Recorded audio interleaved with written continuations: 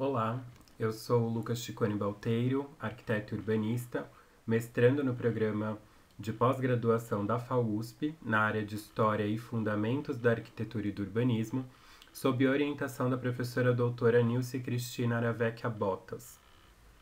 A pesquisa é intitulada Desindustrialização e Indústria Imobiliária, a região do Tatuapé em perspectiva histórica, 1970 aos anos de 2020.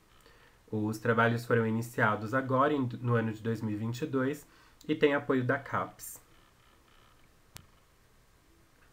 Considera-se como região do Tatuapé uma porção do território a leste do centro de São Paulo, que também engloba partes dos distritos de Água Rasa, Belém, Carrão, Moca, Vila Formosa e arredores. Após a promulgação da Lei de Zoneamento de 1972, agentes locais fundaram empresas dos setores da construção civil e imobiliário que tiveram papel relevante no processo de reestruturação da região, induzindo dinâmicas socioculturais, econômicas e no espaço construído. Enquanto isso, a Zona Leste enfrentava a desconcentração industrial com a saída de quantidade significativa do seu conjunto fabril para outras regiões da metrópole e do estado de São Paulo. O objeto da pesquisa é a produção de 3 empresas locais: Lúcio, Hernandes Construtora e Porte Engenharia e Urbanismo. A escolha por essas empresas se deu pelo fato de terem sido fundadas por moradores locais, estarem em funcionamento e terem vasta produção de empreendimentos. Ainda assim, é importante destacar que existiram e ainda existem outras empresas bastante relevantes nesta região que irão aparecer na pesquisa por outras perspectivas. No caso da Lúcio, de acordo com a Junta Comercial do Estado de São Paulo, mudou sua sede há alguns anos para a Vila Olímpia, no quadrante sudoeste. Essa denominação foi dada pelo campo do planejamento para se referir à região de concentração das elites na cidade. A mudança se deve à expansão de sua produção para outras regiões da metrópole de São Paulo. Enquanto isso, a Porte e a Hernandes seguem com suas sedes e atuação exclusivamente na região do Tatuapé. Na última década, a construção de edifícios em altura tem acendido novas questões em torno da emergência dos grupos sociais, tensionando os conceitos de centro e periferia, além das novas diretrizes do marco regulatório, como as leis do plano diretor e de zoneamento. A destruição de elementos significativos do período da industrialização ilumina o esfacelamento da memória operária em meio ao avanço do neoliberalismo e o desmonte do campo do patrimônio cultural na esfera pública. A destruição da Vila João Migliari em 2019 iluminou esse processo. O caso ainda segue para a deliberação do Conselho Municipal de Preservação, o COMPRESP. Em 2010, a Rede Globo produziu 2 novelas que deram destaque à região do Tatuapé por meio da ascensão social dos seus habitantes e da indústria da moda, onde personagens locais da alta classe média e da massa da classe média conflitavam entre si e com a elite tradicional do quadrante sudoeste, sobretudo dos Jardins. Foi nesse ano que foi inaugurado o primeiro edifício de 30 andares, da Porte Engenharia e Urbanismo, um dos mais luxuosos até então. 2 anos antes, a empresa construiu o Hospital São Luís Anália Franco. A imprensa sempre teve papel central na difusão de conceitos e estereótipos sobre as cidades, operando por meio dos interesses que denominam lugares como nobres, periféricos ou degradados.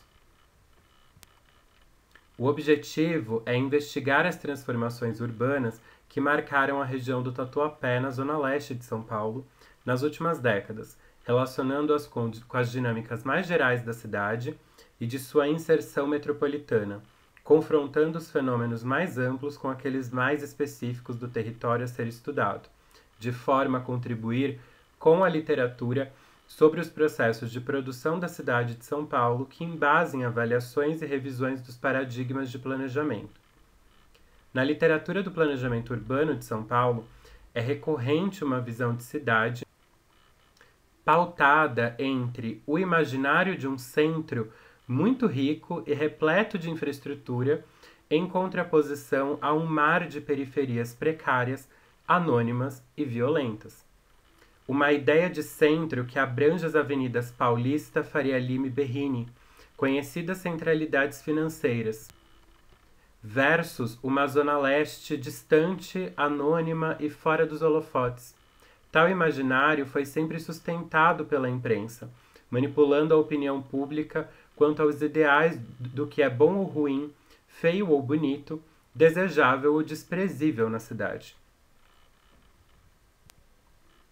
Hoje, a construção do edifício mais alto de São Paulo, no Tatuapé, numa esquina que foi famosa nos anos 2000 por um rolezinho da comunidade GLS da Zona Leste, coloca em xeque algumas construções e idealizações do cânone do planejamento urbano de São Paulo.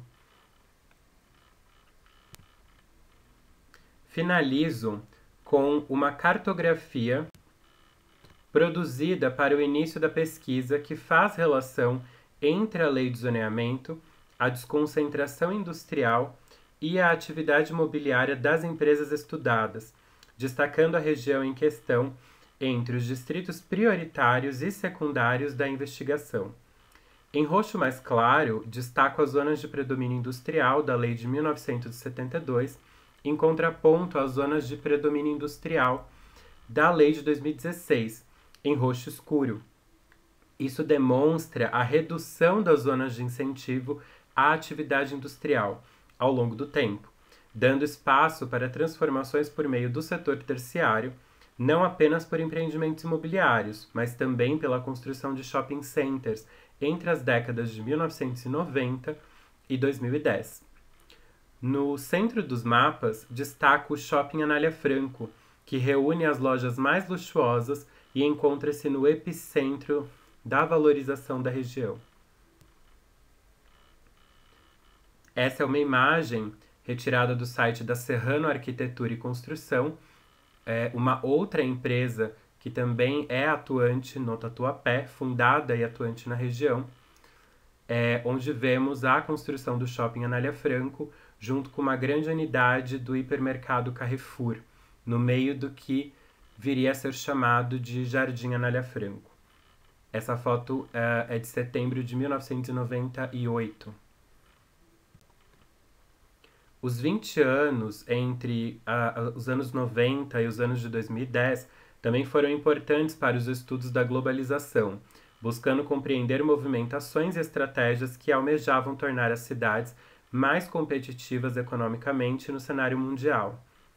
Além disso, trago 2 perímetros construídos em referências bibliográficas sobre a região.